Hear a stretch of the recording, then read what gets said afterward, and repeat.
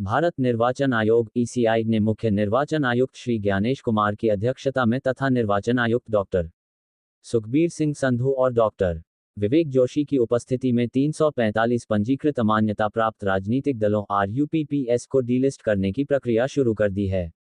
ये वे दल हैं जो वर्ष 2019 से पिछले 6 वर्षों में कोई भी चुनाव नहीं लड़े हैं और जिनके कार्यालयों का भौतिक रूप से कोई पता नहीं चल पाया है। ये 345 राजनीतिक दल देश के विभिन्न राज्यों और केंद्र शासित प्रदेशों से हैं।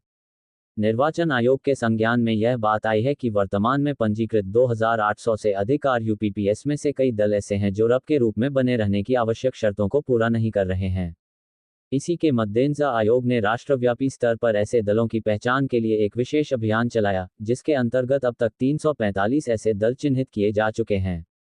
राजस्थान से डीलिस्ट हेतु चुने गए 09 पंजीकृत मान्यता प्राप्त राजनीतिक दल RUPPS।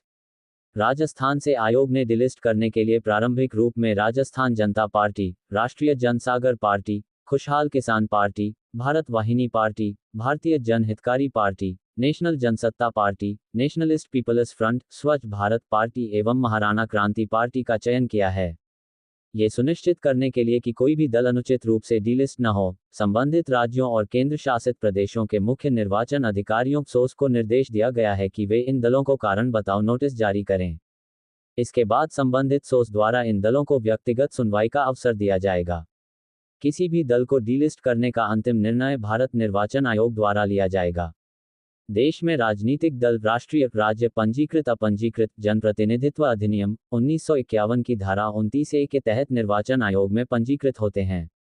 इस प्रावधान के अंतर्गत कोई भी संगठन एक बार राजनीतिक दल के रूप में पंजीकृत हो जाने पर कर में छूट जैसी विभिन्न सुविधाओं और लाभों का पात्र हो जाता है। ये प्रक्रिया राजनीतिक प्रणाली की शुद्धि और उन दलों को डीलिस्ट करने के उद्देश्य से की जा रही है जिन्होंने वर्ष 2019 से लोकसभा या राज्य विधानसभाओं या उपचुनावों में कोई चुनाव नहीं लड़ा है और जिनका भौतिक अस्तित्व भी स्थापित नहीं हो सका है। इस अभियान के पहले चरण में 345 ऐसे दल चिन्हित किए गए हैं और यह प्रक्रिया राजनीतिक प्रणाली को स्वच्छ बनाने के उद्देश्य से आगे भी जारी रहेगी।